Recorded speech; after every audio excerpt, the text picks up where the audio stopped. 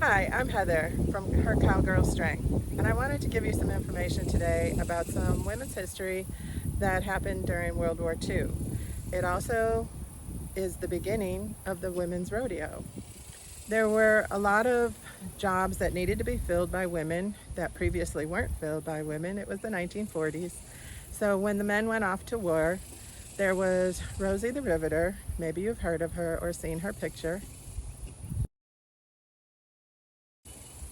She went into the factories, more city, surrounding the cities, those women went in to do that.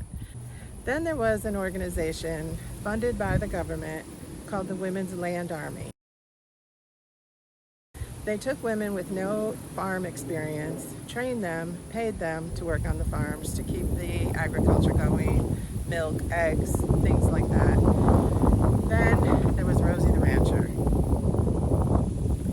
Nobody hears about Rosie the Rancher so much. They didn't even have their own logo. I think my logo works for them though. What Rosie the Rancher did was take over the ranch, and she knew a little bit about it, different than these other women who knew nothing about what they were about to do. Because when you're born on a ranch, you just have to help. So they knew some, but they were not fully experienced in running the ranch by themselves. So what they ended up doing was learning. They had to get better at roping, baling hay, doctoring, branding, tying down the cattle, and really improve their skills. There's this little side note. Before the war, there was a 10-year time called the Great Depression. The reason it was the Great Depression was during that 10-year time span, there were 4 very big, long droughts that created difficulty for farmers and ranchers to grow their products, raise the cattle.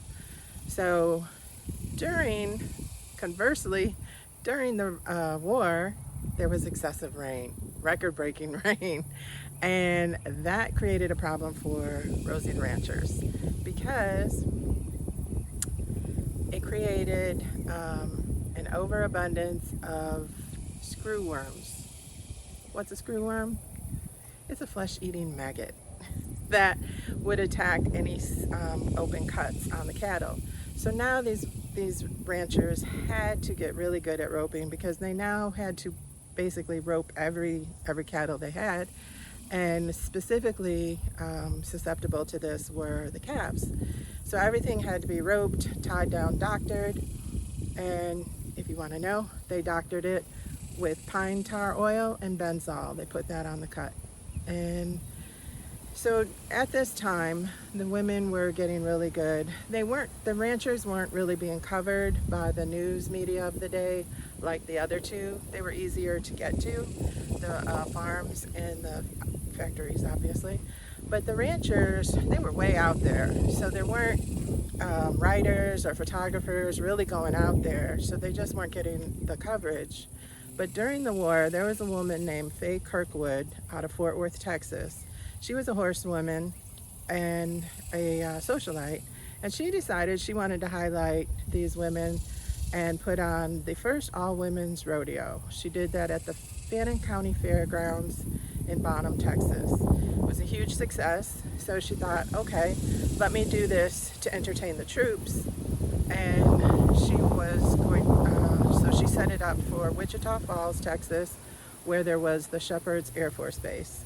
She went the night before to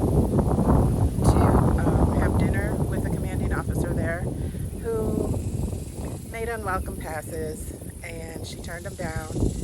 And the next morning, his little feelings were hurt. There was no women's rights, there was no Me Too movement, so he banned all the servicemen from coming to her rodeo. She was very disappointed and said that if this is what I have to put up with, it's just not worth it, and she didn't do any more rodeos.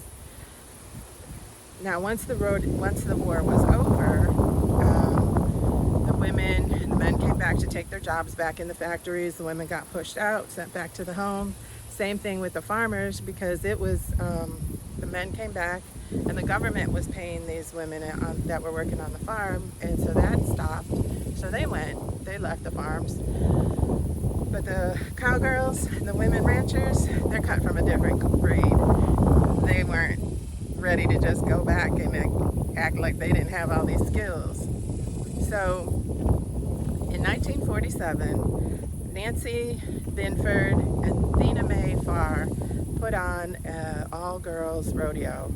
It was the tri-state all-girls rodeo in Amarillo, Texas. It was a huge success. It had the biggest numbers that the fair had ever had the night of the all-girls rodeo.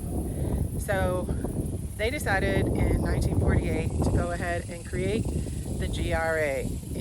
They were in San Angelo, Texas, where the GRA was formed, and that's how the women's rodeo got started. Now, I'm giving you this information. A lot of it I didn't know. I hope you learned something, but also because I want to encourage women to go after things. These women did things they didn't know that were hard. So when somebody says you can't do it, that's not for you, think about these women and how they stepped up and did what needed to be done, and find some like-minded women that will encourage you and motivate you, and stay strong.